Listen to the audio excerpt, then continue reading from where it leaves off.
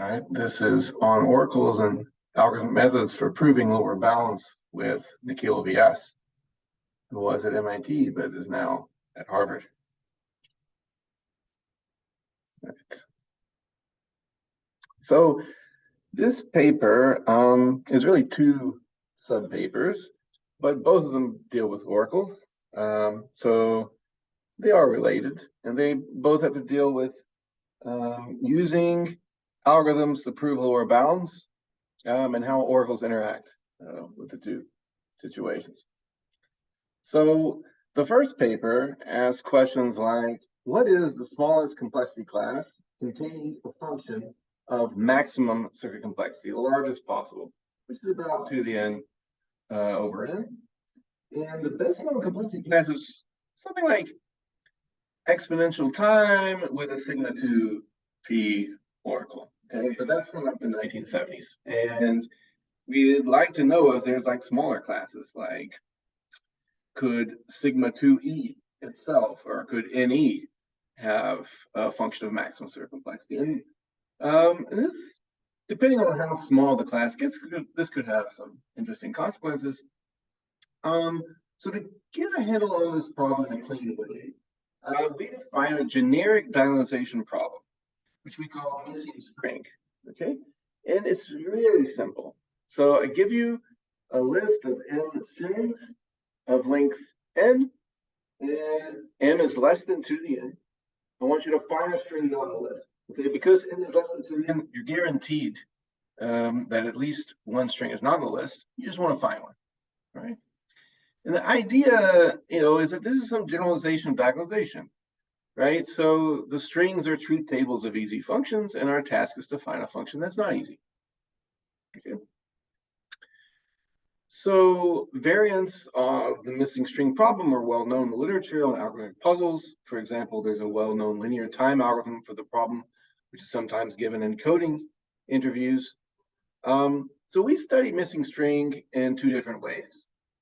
So our first main result on this line is local algorithms for missing string. So we construct algorithms for missing string that make a few bit probes into the input in order to determine any output bit.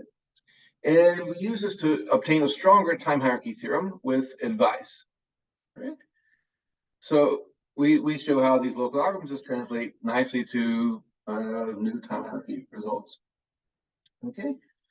The second main result is we don't actually resolve like question 1 here, but we show some deep connection with the missing string problem. So we show how efficient uniform circuits for missing string are equivalent to the case where some nice complexity classes have functions of maximum circuit complexity in a relativizing way. Okay, so for example, depth 3 circuits, if they're depth 3 circuits for missing string, then relative to every oracle, sigma 2e requires maximum circuit complexity. Okay, I'll say more about that in detail in the next slide. So that's the first subpaper.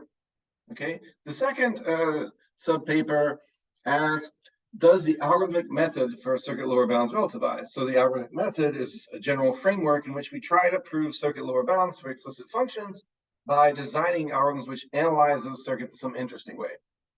And while it was known that the lower bounds themselves do not relativize, it was possible that the connection going from algorithms to lower bounds could relativize. So maybe, just there's some relativizing way in which you can just generically translate circuit analysis algorithms into circuit lower bounds. For example, in de-randomization, so the famous connections from lower bounds to pseudorandom generators do relativize. Like just given a circuit lower bound relative to oracles, you will get pseudorandom generators relative to oracles. Right? So it seemed possible this could happen. So our first main result along these lines is no, the algorithm method for circuit lower bounds does not relativize in a particular sense. And our second main result is also no, and this time it's in a different color. So we show two different contexts in which the algorithm method does not relativize in a strong way. This is bad news in some sense, right? Because it would be more general and possibly more applicable if our method could relativize, if it would hold up even when you have arbitrary oracles on like the circuits you're analyzing and the algorithms you're using, but it just doesn't work out. See the paper for details. Won't talk about it here, but if you like oracles, you're gonna love it. All right. Okay. So I'm not going to talk about this. Goodbye. All right. Now I'm going to talk about missing string and things like this. All right. So again, this is our question. What's the smallest complexity class containing a function of maximum certain complexity? The best known is e to the sigma 2p. And basically, in e to the sigma 2p, you can compute the lexicographically first truth table that requires maximum certain complexity. Okay. So you can kind of like do some kind of binary search with a sigma 2p oracle in order to achieve that. All right. So here's a more specific question, which is getting at question 1. It asks, does sigma 2e contain a function requiring exponential size circuits? Okay. So I first learned this question, I guess, from Harry Berman about 15 years ago, I guess, but people have been thinking about it, I guess, at least since the 70s. So Kahn showed already in 1981 that sigma 2e does require super polynomial size circuits, even sub half exponential circuits, whatever that means. You can look at the paper for definition. The point is, this is not exponential size. It's not. We would like to have really large circuit lower bounds for some function in sigma 2e. And the interesting thing here is that for this problem, we don't even know there's relativization barrier. So we don't even know if there is an oracle under which sigma 2e has exponential size circuits. So we know there's an oracle under which sigma 2e has maximum circuit complexity, the oracle relative to which p equals np achieves that. But we don't know if there's an oracle under which sigma 2e has, sub-exponential size circuits, like lowish, not optimal circuit complexity. So that makes the question like already like an oracle question in itself. Like, could we even find an oracle for which it's true? What can we do? So yeah, it's possible there's a relativizing proof, in fact, that sigma 2e requires exponential size circuits. So a proof that holds up when you stick in arbitrary oracles in sigma 2e in the circuit class. So like, it's possible there's a proof using standard ideas of this circuit lower bound. It's still open. Okay. So to get a handle on this, we look at this missing string problem, just to recall what it is. Given a list of m strings of length n, find a string not on the list. Okay, and the list cannot contain all possible strings. So there's got to be something not on the list. So so our main result to iterate from the previous slide is an equivalence between missing string circuits, the circuit for missing string, and the above kind of question. Okay, so in particular, so this is just one instantiation of our main result. There are uniform depth 3 circuits for missing string with quasi-polynomial size and poly and bottom fan-in on all lists of particularly small of size, if and only if, relative to every oracle, sigma 2e requires exponential circuit complexity almost everywhere. This is an equivalence, okay? So this question about a relativizing proof of this lower bound is equivalent to having uniform depth 3 circuits for missing string. All right, it's really interesting here because often in AC0, when you get a lower bound, you get some like trade-off, right? You get like, oh, I can get this much size, so I use this much depth, like with parity, majority, all that stuff. But here it's quite different. So we know that circuits of depth 4 exist. Okay, you can mimic the lexicographic search done by e to the sigma 2p and find a missing string of depth 4 circuit. It's not difficult to construct these things. The exercise for the listener or viewer of the video. So circuits of depth 4 exist. Depth 2 circuits do not exist. Okay, This roughly corresponds to the fact that there is an oracle relative to which NX has small circuits. So NE has small circuits relative to some oracle. This corresponds to there are no depth 2 circuits, like say DNF for computing a missing string with these parameters.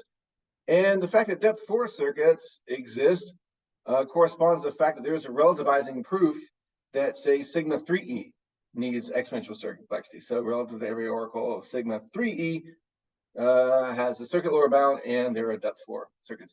So this is an interesting case where like depth 3 is the real question we want to answer here, and that's the big open problem.